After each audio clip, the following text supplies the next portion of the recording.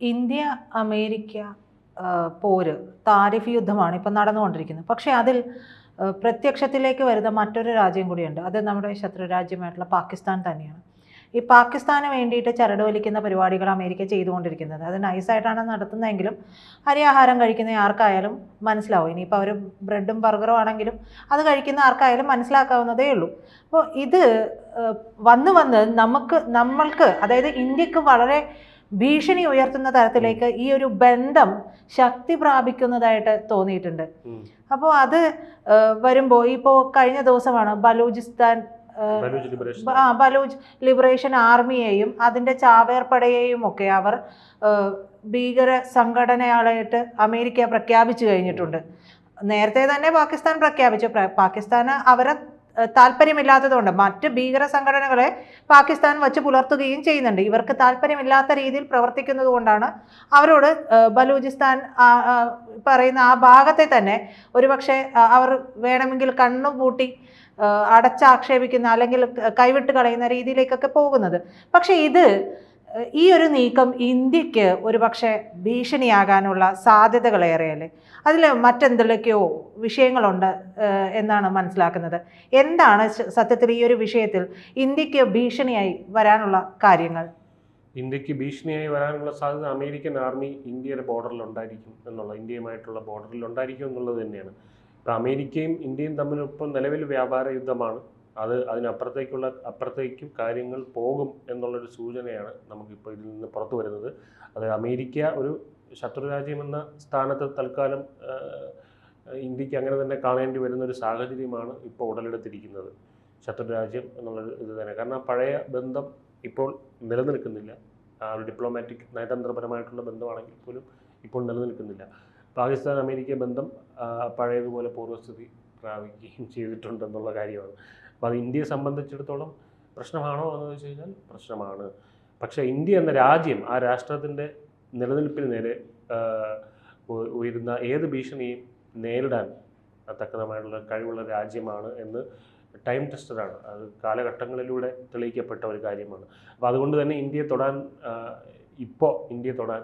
ഏത് രാജ്യങ്ങളും കുറച്ചൊന്ന് ഭയക്കുന്നുണ്ടെന്നുള്ളത് സത്യമാണ്. ഇന്ത്യ നേടിയ ഒരു സാമ്പത്തിക പുരോഗതിയാണ് അതിന് കാരണം. കഴിഞ്ഞ ഒരു ഓപ്പറേഷൻ സിന്ദൂറിലൂടെ ലോകം മുഴുവൻ നമ്മളത് കാണിച്ചു കൊടുത്തിട്ടുണ്ട്. അതായത് ഇന്ത്യ എന്ന് പറയുമ്പോൾ കാളവണ്ടിയും മറ്റേ പഴയ അംബാസഡർ, ഇപ്പം ബ്രിട്ടീഷുകാർ ഇവിടെ ഇട്ടിട്ട് പോയ അംബാസഡർ കാറുകളും പശുവും അതൊന്നും മാത്രമാണെന്നാണ് വിചാരിച്ചിരുന്നത്. അങ്ങനെയല്ല എന്നുള്ള കാര്യങ്ങൾ മനസ്സിലാക്കി കൊടുത്തിട്ടുണ്ട്. അപ്പോൾ ഇന്ത്യ ഒരു പ്രതിരോധ ശക്തി എന്നുള്ള മാത്രമല്ല ലോകത്തിന് മുന്നിൽ തെളിയിക്കുന്നത്. ഈ താരിഫും മറ്റ് ചർച്ചകളൊക്കെ വന്നിരുന്നപ്പോൾ അമേരിക്കയിൽ നിന്ന് $45 ബില്യൺ ഇവിടെ കൊണ്ടുവരുന്ന $35 മുതൽ $45 ബില്യൺ സമ്പാദിക്കുന്ന ഒരു രാജ്യം. ഇന്ത്യയുടെ സമ്പദ് വ്യവസ്ഥ കൂടെ ചർച്ചയിലായപ്പെട്ടു. ട്രംപിൻ്റെ ഡെഡ് എക്കോണമി പരാമർശം ആ ഒരു രീതിയിൽ കൂടെ ഇന്ത്യയെ സഹായിച്ചിട്ടുണ്ട്. അപ്പോൾ ഇന്ത്യ ഇങ്ങനെ ചർച്ചകൾ നിരന്തരം വന്നുകൊണ്ടിരിക്കുകയാണ്. ഇതെല്ലാം ചില രാഷ്ട്രങ്ങൾക്ക് നല്ല രീതിയിൽ പ്രശ്നങ്ങൾ ഉണ്ടാക്കുന്നുണ്ട്. അതുകൊണ്ടാണ് അവരിങ്ങനെ അമേരിക്കയുടെ അടുത്ത് ഇങ്ങനെ ഈ നാട്ടിൻപുറത്തൊക്കെ ഉള്ള സ്ത്രീകൾ അവരുടെ ഭർത്താക്കന്മാരുടെ അടുത്ത് ഇങ്ങനെ കൈ തട്ടി പറയില്ലേ, നിങ്ങൾ പറന്ന് പറയില്ലേ, അതുപോലെ ട്രംപിനെ കൊണ്ട് അവരൊന്ന് പറയിപ്പിക്കുന്നത്. ട്രംപ് അപ്പോൾ കുറേയൊക്കെ പറഞ്ഞു. അത് കഴിഞ്ഞ് ഇനിയിപ്പോൾ എനിക്ക് ഇതിൽ കൂടുതലൊന്നും എനിക്ക് പറയാൻ പറ്റില്ല, ഇനി ബാക്കി നീ പറയാമെന്ന് പറഞ്ഞു. അപ്പോൾ അസീം മുനീർ പറഞ്ഞത് കേട്ടല്ലോ കഴിഞ്ഞ തവണ. മദ്യപാനിയെ പോലെ സംസാരിക്കുന്നത് കേട്ടാണല്ലോ. ഇവിടെ ഒരു ലോഡ് ശവം വീഴും എന്ന് അദ്ദേഹം അതായത് ട്രംപിന് പറയാനുള്ളതൊക്കെ ഇപ്പൊ പറയുന്നത് അസീം മുനീറാണ്. അതെ, അദ്ദേഹം ഇപ്പോൾ ഒരു ലോഡ് ശവം വീഴുമെന്ന് കുടിയന്മാർ കുടിച്ച് ഫിറ്റായതെങ്ങനെ അറിയാം ആയിരിക്കും ഫസ്റ്റ് ഡയലോഗ്. അതുപോലെ പറയുന്നത് നമ്മൾ പോകുന്നെങ്കിൽ പകുതി രാജ്യത്തിനെയും കൊണ്ടുപോകുന്നൊക്കെ. അപ്പോൾ എന്തായാലും ഇന്ത്യയുടെ ശത്രു രാജ്യമായിട്ട് ചേർന്ന് ചില പ്രശ്നങ്ങൾ ഉണ്ടാക്കാൻ അമേരിക്ക ശ്രമിക്കുകയാണെന്നുള്ളത് വ്യക്തമായിട്ട് വരികയാണ്. ബലൂചിസ്ഥാൻ മേഖല എന്ന് പറയുന്നത് പാകിസ്ഥാൻ്റെ ഏറ്റവും വലിയൊരു പ്രവിശ്യയാണ്, ഏറ്റവും വലിയൊരു പ്രദേശമാണ്. അപ്പോൾ ബലൂചിസ്ഥാൻ വലിയ രീതിയിലുള്ള അവിടെ വിഘടനവാദി മൂവ്മെൻറ്റ്സ് നടക്കുന്ന ഒരു മേഖലയാണ്. ചരിത്രപരമായിട്ട് പാകിസ്ഥാൻ്റെ ഭാഗമല്ല ബലൂചിസ്ഥാനിലെ ധാതു ലവണങ്ങളും മറ്റ് അമൂല്യ വസ്തുക്കളും. അതെല്ലാം ചൂഷണം ചെയ്ത് പാകിസ്ഥാനിലെ മറ്റു ഭാഗങ്ങളാണ് തടിച്ചു കൊഴുത്തുകൊണ്ടിരിക്കുന്നത്. അതേസമയം തന്നെ ബലൂചിസ്ഥാൻ മേഖലയ്ക്ക് പാക് ഭരണകൂടം അവഗണനയാണ് നൽകുന്നത്. അങ്ങനെയുള്ള ആരോപണങ്ങളാണ് ഉന്നയിച്ചുകൊണ്ട് ബലൂചിസ്ഥാൻ ഒരു പ്രത്യേക രാഷ്ട്ര പദവി വേണം എന്നുള്ള ഒരു ആവശ്യപ്പെട്ടുകൊണ്ട് നമ്മുടെ കാര്യങ്ങൾ നോക്കിക്കൊള്ളാം എന്നുള്ള രീതിയിൽ അത്തരത്തിലൊരു അവരുടെ പോരാളികൾ അല്ലെങ്കിൽ അവരുടെ സമരം എന്താണെന്ന് അങ്ങനെ വരുന്നത്. അപ്പോൾ ബലൂചിസ്ഥാൻ പോരാളികളുടെ ഈ ആക്രമണം അത് ഈ പാകിസ്ഥാൻ വലിയ തലവേദന സൃഷ്ടിക്കുന്നുണ്ട്. കാരണം പാകിസ്ഥാൻ ഇപ്പോൾ പൊതുവേ വലിയ ഒരു സാമ്പത്തിക മെച്ചപ്പെട്ട ഒരവസ്ഥയിലല്ല, സാമ്പത്തിക പ്രതിസന്ധി ഉണ്ടാകുകയാണ്. $1 ബില്യൺ കടം വാങ്ങിച്ചൊരവസ്ഥ. ഈ പാകിസ്ഥാൻ അഫ്ഗാനിസ്ഥാൻ അതിർത്തിയിൽ മറ്റു ചില തീവ്രവാദികൾ ടെഹ്രീക്ക് താലിബാൻ എന്ന് പറയും, അതായത് പാകിസ്ഥാനിലെ താലിബാൻ, അവരും അവിടെ വരുന്നുണ്ട്. അതും തലവേദന ഉണ്ടാക്കുന്നുണ്ട്. മറ്റു വേറെ ഒരുപാട് തീവ്രവാദ സംഘടനകളൊക്കെ ഉണ്ട് അവിടെ. അപ്പോൾ അതുകൊണ്ട് ഈ ബലൂചിസ്ഥാൻ പോരാളികളെ ഏൽപ്പിക്കുന്ന ഒരു ആഘാതം എന്ന് പറയുന്നത് അത്ര ചെറുതല്ല. കാരണം പാകിസ്ഥാൻ നിയന്ത്രിക്കാൻ കഴിയുന്നില്ല എന്നുള്ളത് സത്യമാണ്. അതുകൊണ്ട് തന്നെ പാകിസ്ഥാൻ അവിടെ ഒരു വിദേശ ഇടപെടൽ ആഗ്രഹിക്കുന്നുണ്ട് എന്നുള്ളതാണ് ഏറ്റവും പ്രധാനപ്പെട്ട ഒരു കാര്യം. അതുകൊണ്ട് ബലൂചിസ്ഥാനിലെ ഈ ധാതു ലവണങ്ങളും പെട്രോളിയവും ശേഖരമൊക്കെ ചൂഷണം ചെയ്യാൻ അവർ അമേരിക്ക അങ്ങ് അനുവദിച്ച് തുറന്നു കൊടുത്തേക്കാണ്. മനസ്സിലായോ? അപ്പം അമേരിക്കൻ പട്ടാളത്തിലേക്ക് ആ ഒരു പ്രവേശനം മൊത്തം തുറന്നു കൊടുക്കുകയാണ്. ഇവിടെ നിങ്ങൾക്ക് ഇഷ്ടമുള്ള അവിടെ എന്താണ് ഈ പറയുന്ന ഇഷ്ടംപോലെ ധാതു ലവണങ്ങളുണ്ട്, പെട്രോളിയം ഉണ്ട്, ഇവരെയൊക്കെ നിങ്ങൾ എന്ത് വേണോ ചെയ്യുന്നത്, നമ്മളെന്തായാലും കൊല്ലാൻ വെച്ചിരിക്കുന്നതാണ്, അവരുടെ സ്ത്രീകളെയും കുട്ടികളെയും നിങ്ങൾക്ക് ഇഷ്ടമുള്ളത് ചെയ്യാമെന്ന് പറഞ്ഞ് ഇദ്ദേഹം തുറന്നു കൊടുത്തിരിക്കുകയാണ് ഈ നരാധമനായിട്ടുള്ള അസീം മുനീർ എന്ന് പറയുന്ന വ്യക്തി.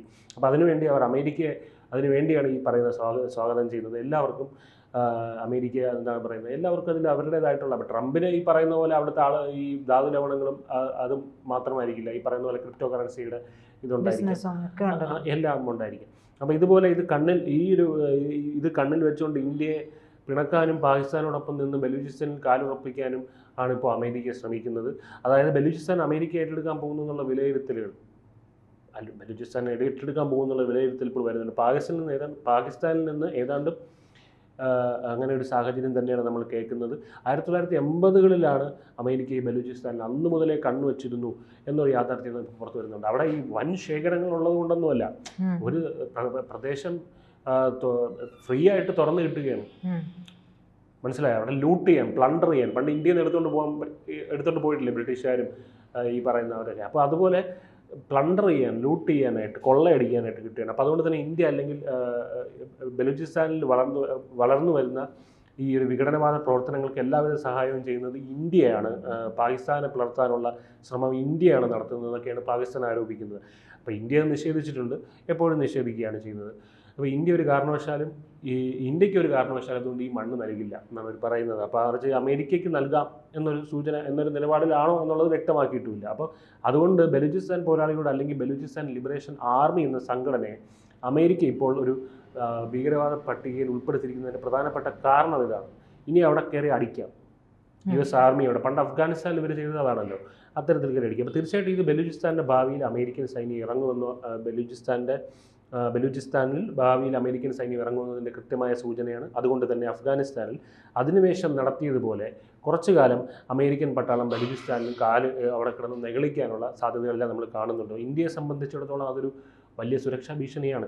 എങ്കിലും ഈ ഭീഷണി അടക്കം കൈകാര്യം ചെയ്യാനുള്ള ഒരുക്കങ്ങൾ കേന്ദ്രത്തിൽ ഒരുങ്ങുന്നുണ്ടെന്ന് കേൾക്കുന്നുണ്ട്. അത് മാത്രമല്ല, ഒരു സ്വതന്ത്ര ബലൂചിസ്ഥാനിലെ അഭിമാനികളായ ഒരു ജനങ്ങൾക്കൊപ്പം ഇന്ത്യ കൊള്ളുന്ന ഒരു നിലപാട് സ്വീകരിക്കണമെന്നാണ് എൻ്റെ ഒരു വ്യക്തിപരമായിട്ടുള്ള അഭിപ്രായം. കാരണം അമേരിക്കക്കാർക്കോ ചൈനക്കാർക്കോ അവരുടെ ഒരു പ്രോക്സികളായിട്ടുള്ള പാകിസ്ഥാനികൾ വഴി അമേരിക്കക്കാർക്കോ ചൈനക്കാർക്കോ അവരുടെ പ്രോക്സികളായിട്ടുള്ള പാകിസ്ഥാൻ എന്നാണ് എടുത്തു പറയുന്നത്, പാകിസ്ഥാൻ വഴിയോ. കാരണം അത് രാജ്യമായിട്ട് ഇനി അതിനെ കൂട്ടാൻ പറ്റില്ല. അങ്ങനെ ഒരു രാജ്യം അതുവഴി ബലൂചിസ്ഥാനെ ഒരിക്കലും കീഴടക്കാനോ കോളനിവൽക്കരിക്കാനോ കൂട്ടിച്ചേർക്കാൻ കഴിയില്ല. അപ്പോൾ ട്രംപ് BLA ഒരു വിദേശ ഭീകര സംഘടനയായി പ്രഖ്യാപിച്ചത് അതിൻ്റെ ഒരു കോണ്ടെക്സ്റ്റ് എടുത്ത് നോക്കണം. അത് ഇവിടെ ആരാണ് യഥാർത്ഥ തീവ്രവാദികളെന്നാണ്. ഇദ്ദേഹത്തിൻ്റെ കൂടെ ഇരുന്ന് ഉച്ചഭക്ഷണം കഴിക്കുന്ന ഒരുത്തനുണ്ടല്ലോ, അവനാണ് യഥാർത്ഥ തീവ്രവാദി. ഇവിടെ യഥാർത്ഥ തീവ്രവാദി അവൻ മാത്രമാണ്. കാരണം പൗരസ്വാതന്ത്ര്യത്തിൻ്റെയും മനുഷ്യാവകാശങ്ങളുടെയൊക്കെ കെടാവിളക്കായിട്ടാണ് ഈ അമേരിക്ക ഇപ്പോൾ നിൽക്കുന്നത്. ഏറ്റവും വലിയ തമാശ എന്താണെന്നുള്ള ലോകത്തിലെ ഏറ്റവും വലിയ അധിനിവേശ ശക്തിയായിട്ടുള്ള ഈ അമേരിക്കയും അതിൽ ഏറ്റവും വലിയ തെമ്മാടി രാഷ്ട്രമായിട്ടുള്ള പാകിസ്ഥാനും കൂടിയാണ് തീവ്രവാദത്തിൻ്റെ ഇരകളായിട്ടുള്ള ആത്മാഭിമാനത്തിന് വേണ്ടി പോരാടുന്ന ജനതയെ തീവ്രവാദികളായിട്ട് പ്രഖ്യാപിക്കുന്നത്.